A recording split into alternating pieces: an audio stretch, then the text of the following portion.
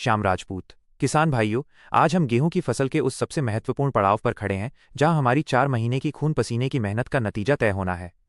आज का ये वीडियो हमारे उन सभी किसान भाइयों के लिए एक मार्गदर्शिका साबित होगा जो अपनी फसल से रिकॉर्ड तोड़ पैदावार लेना चाहते हैं। आज मैं आपको एनपीके खाद की वो खरी जानकारी और सही मात्रा में इस्तेमाल करना सिखाऊंगा जो आपकी फसल की काया पलट देगी। किसान भाइयों, मैंने देखा है कि हमारे बहुत से भाई जानकारी के अभाव में बाजार से कोई भी खाद उठाकर ले आते हैं और अपनी फसल पर छिड़क देते हैं।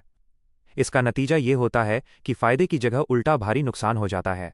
अगर आप गलत समय पर गलत एनपीके का चुनाव करते हैं तो दाना पूरी तरह भरता नहीं है, वो पिचक जाता है, बालियां छोटी रह जाती हैं और अंत में आपकी पूरी साल की मेहनत खराब हो जाती है।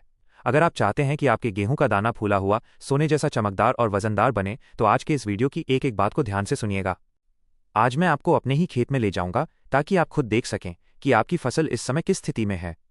अक्सर किसान भाई पूरे खेत को एक जैसा समझकर एक ही दवा का स्प्रे कर देते हैं, जो कि सबसे बड़ी गलती है। आज हम 3 मुख्य स्थितियों पर बात करेंगे। पहली स्थिति वो है जहां गेहूं की बढ़वार बहुत अच्छी है, वो गहरा हरा है और अभी गपोट अवस्था में है, यानी बालियां तने के अंदर फूल रही हैं। दूसरी स्थिति वो है जहां कुछ कारणों से गेहूं में पीलापन दिखाई दे रहा है। और तीसरी स्थिति वो है जहां बालियां पूरी तरह बाहर निकल चुकी हैं। इन तीनों ही स्थितियों में खाद का चुनाव बिल्कुल अलग अलग होता है। सबसे पहले बात करते हैं उस हिस्से की जहां गेहूं की फसल एकदम लहलहा रही है और गहरा हरा रंग लिए हुए है।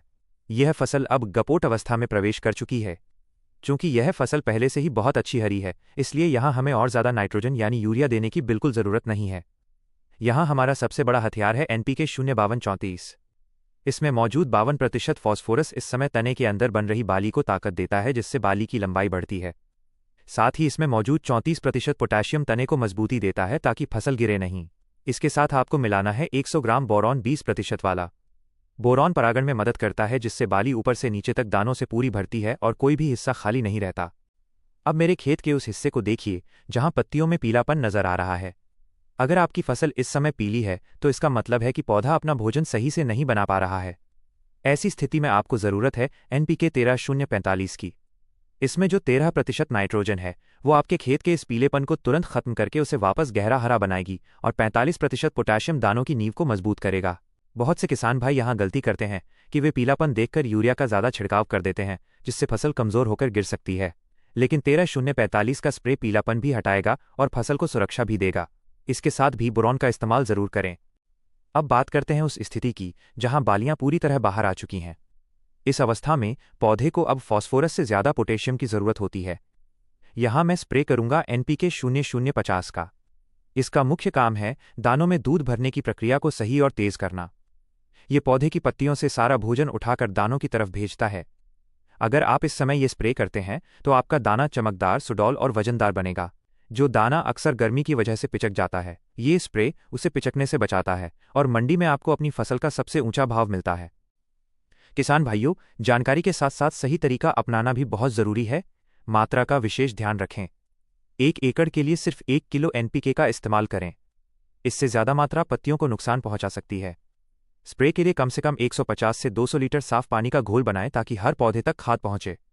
कभी भी तेज धूप में स्प्रे न करें, शाम का समय सबसे उत्तम रहता है। साथ ही ये पक्का कर लें कि खेत में हल्की नमी बनी रहे, क्योंकि नमी रहने पर ही ये खादें अपना पूरा चमत्कार दिखाती हैं। तो मेरे किसान भाइयों, उम्मीद है अब आप अपनी फसल की जरूरत को सही से पहचान पाएंगे। अगर गेहूं गहरा हरा और गपोट में है तो 05234, अगर पीलापन है तो 13045 और अगर बाली बाहर है तो 0050। मैं चाहता हूं कि हमारा हर किसान भाई वैज्ञानिक तरीके से खेती करे ताकि उसकी लागत कम हो और मुनाफा बढ़े। अगर आपको मेरे खेत से दी गई ये जानकारी खरी और सच्ची लगी हो तो अपने इस भाई के चैनल भारत का किसान को जरूर सब्सक्राइब करें।